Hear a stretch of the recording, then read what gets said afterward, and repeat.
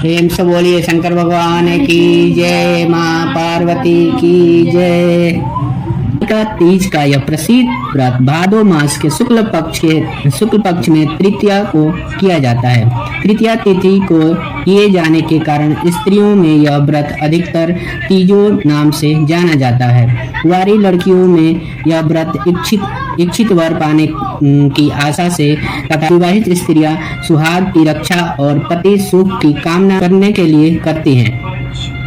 प्राचीन काल से चल रही मान्यता है कि इस व्रत को करने वाली स्त्रियां पार्वती के समान सुख पूर्वक जीवन यापन करके शिवलोक को प्राप्त होता है। हरितालिका तीज व्रत का विधान। व्रत करने वाला व्यक्ति सूर्योदय के पहले उठे और भगवान शंकर जी का स्मरण करे, फिर नित्य कर्मों से निवृत्त होकर शिवालय में जाए। हो सके तो शिव मंदिर में शिव पार्वती पूजन के लिए केले के बंधनवार इत्यादि अनेक पुष्पमालाओं से सुशोभित एक सुंदर मंडप तैयार कर ले। सुहाग चाहने वाली स्त्रियों को शंकर पार्वती की बालू रेत की प्रतिमा बनाकर उसे इस मंडप में स्थापित कर पूजा करनी चाहिए। पूजा में शिव पार्वती से संबंधित कोई भी स्तोत्र अथवा शिव चालीसा का पाठ कर सकते हैं। हरितालिका तीज व्रत की कथा।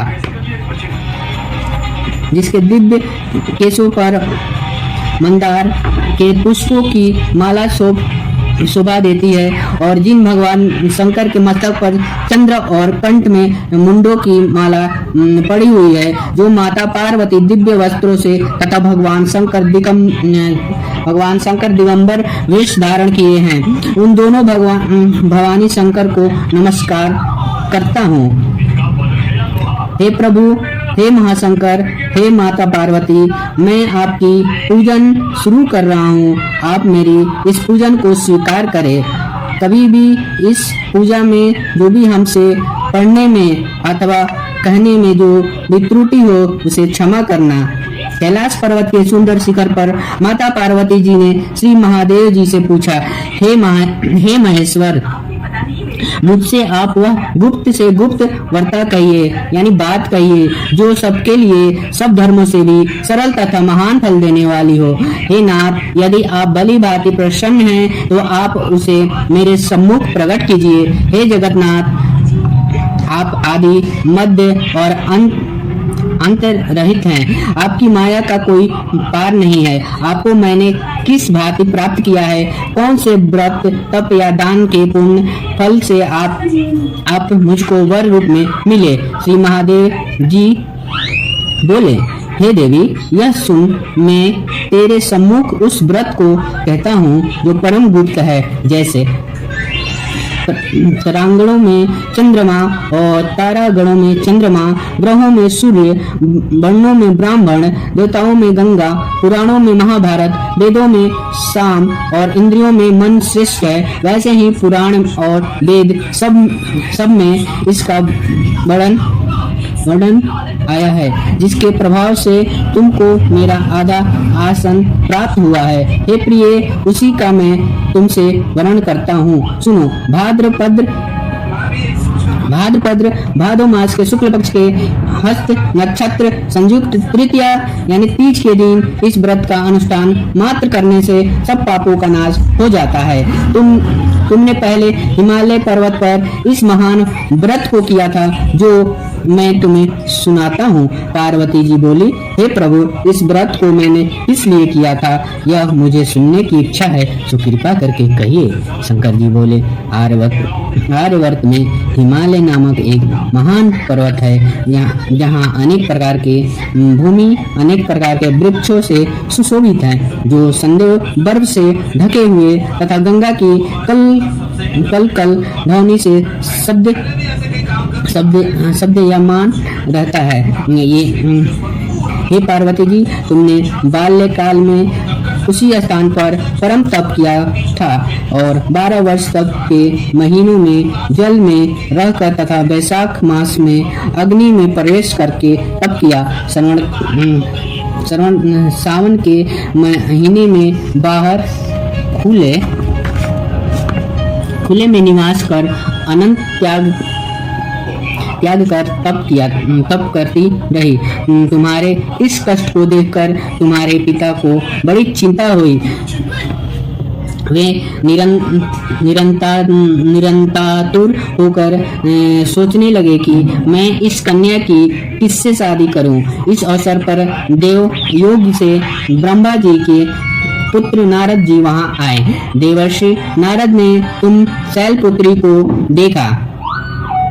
तुम्हारे पिता हिमालय ने देव ऋषि को अर्घ्य पाद आसन देकर सम्मान सहित बिठाया और कहा, हे मुनीश्वर, आपने यहाँ तक आने का कष्ट कैसे किया, कहिए क्या आज्ञा है। नारद जी बोले, हे गिरिराज, मैं विष्णु भगवान का भेजा हुआ यहाँ आया हूँ। तुम मेरी बात सुनो। आप अपनी कन्या को उत्तम वर को दान करें। ब्रह्मा, इंद्र, शिव आदि देवताओं में विष्णु भगवान के समान कोई भी उत्तम नहीं है, इसलिए मेरे मत से आप अपनी कन्या का दान भगवान विष्णु को ही दे। हिमालय बोले, यदि भगवान वासुदेव स्वयं ही कन्या को ग्रहण करना चाहते हैं और इस कार्य के लिए ही आपका आगमन हुआ है, तो वह मेरे लिए गौरव की बात है। मैं अवश्य उन्हें ही दूंगा।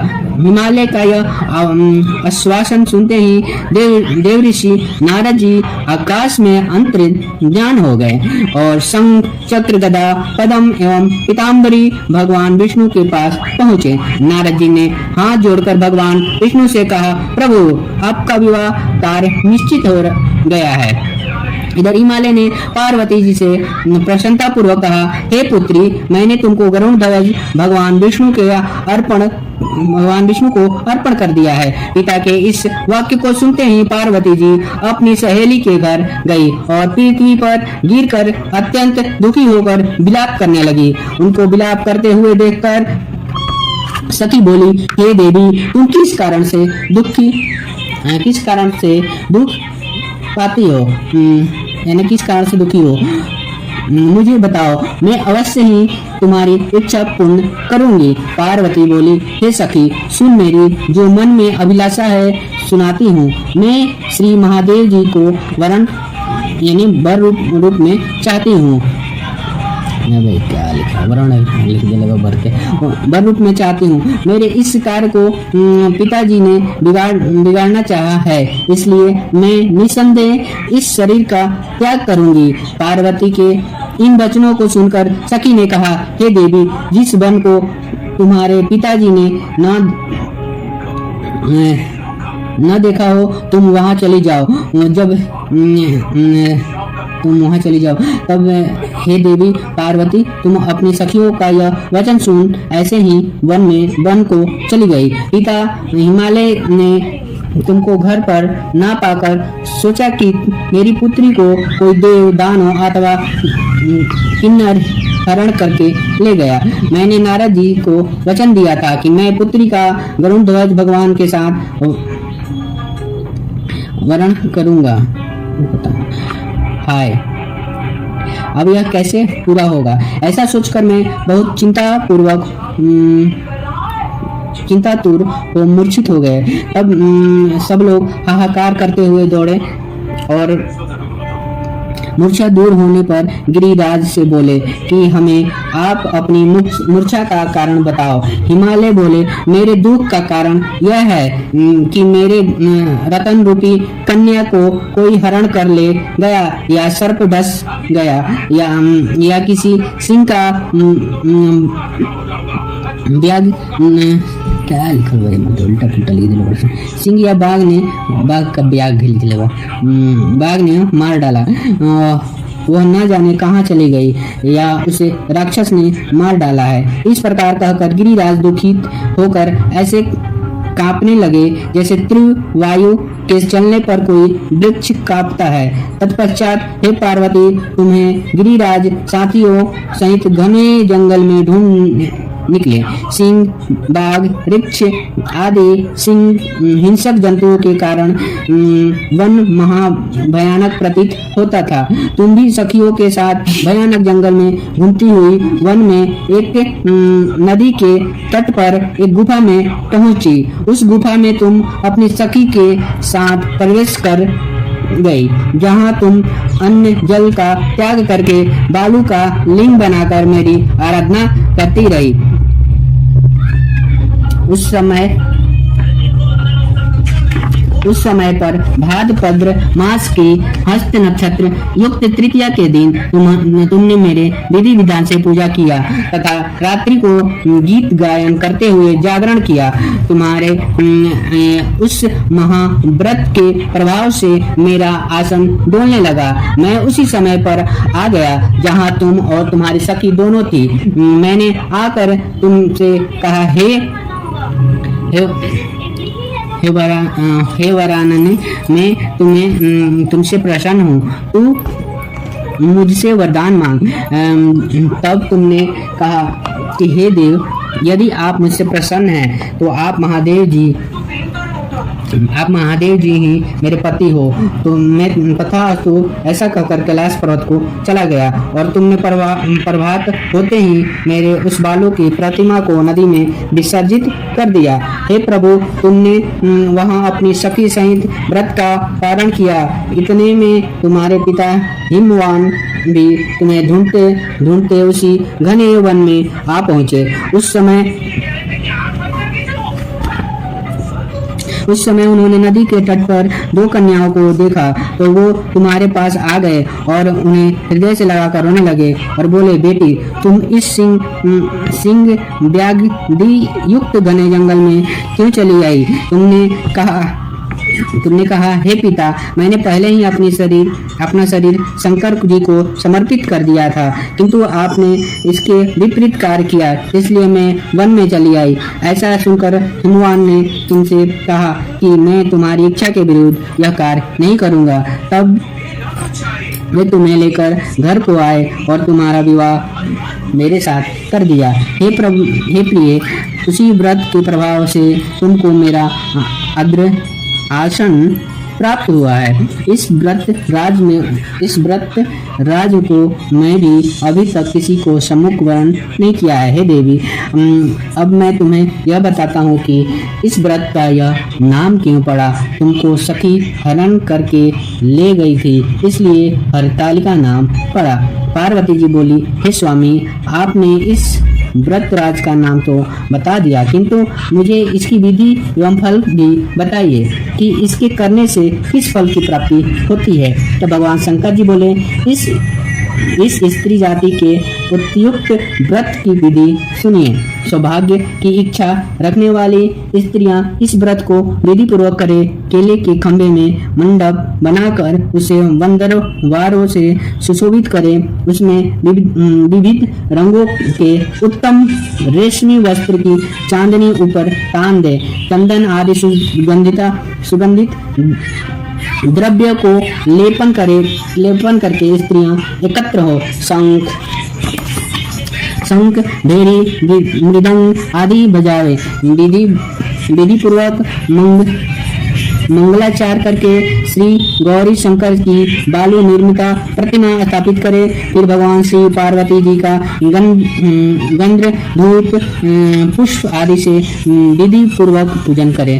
अनेकों नैवेद्यों का भोग लगावे और रात्रि को जागरण करके नारियल, सुपारी, जावर, नींबू, लौंग, अनार, नारंगी आदि ऋतु फलों तथा फूलों को एकत्रित करके धूप दीप आदि के पूजन करके कहे, हे कल्याण स्वरूप शिव, हे मंगल रूप शिव, हे मंगल रूप महेश्वरी, हे शिवे, सब कामनाओं को देने वाले देवी, कल्याण रूप तुम्हें नमस्कार है। कल्याण स्वरूप माता पार्वती, हम तुम्हें नमस्कार करते हैं। भगवान शंकर जी को सदैव नमस्कार करते हैं। हे ब्राह्मण रूपिणी, जगत का पालन करने वाली माँ, आपको नमस्कार है। हे सिंहवाहिनी, मैं संसारिक भय से व्याकुल हूँ, तुम मेरी रक्षा करो। हे महेश्वरी, मैंने इसी अभिलाषा से आपकी पूजन किया है।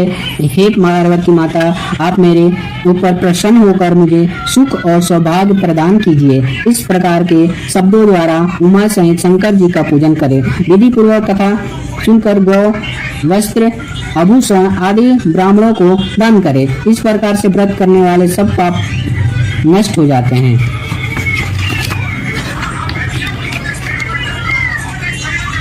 प्रेम से बोलिए शंकर भगवान की जय, माता पार्वती की जय।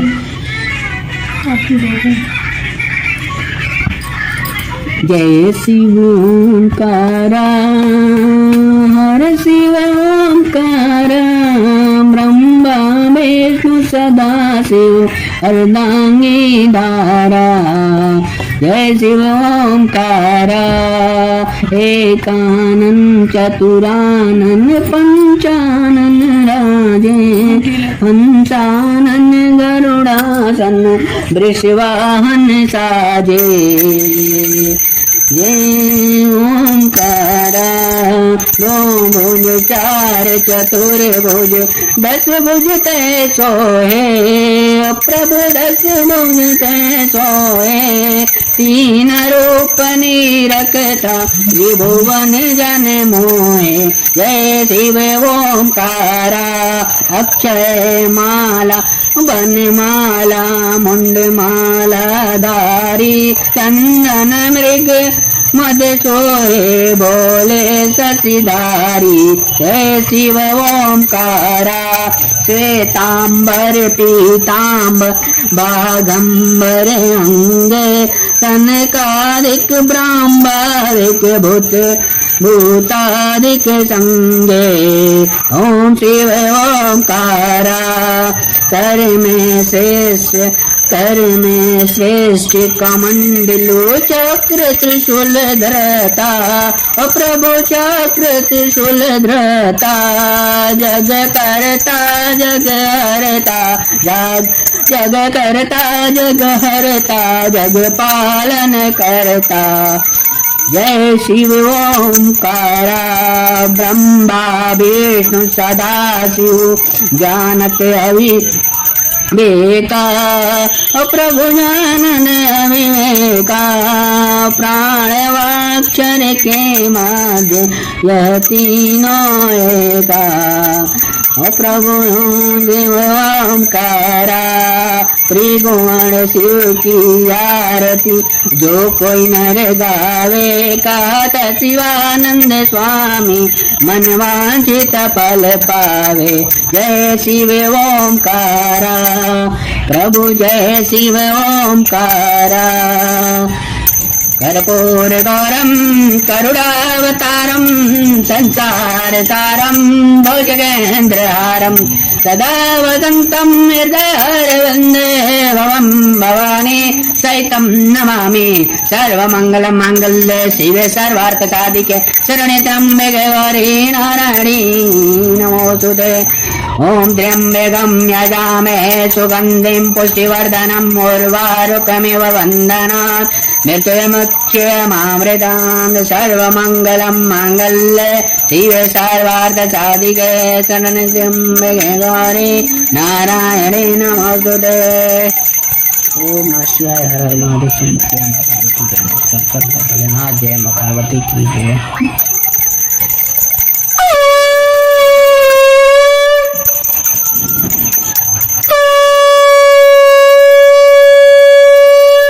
प्रेम से बोलिए शंकर भगवान की जय, माता पार्वती की जय, विष्णु भगवान की जय, श्री कृष्ण भगवान की जय। जय श्री राधा। ओम कृष्ण नारायण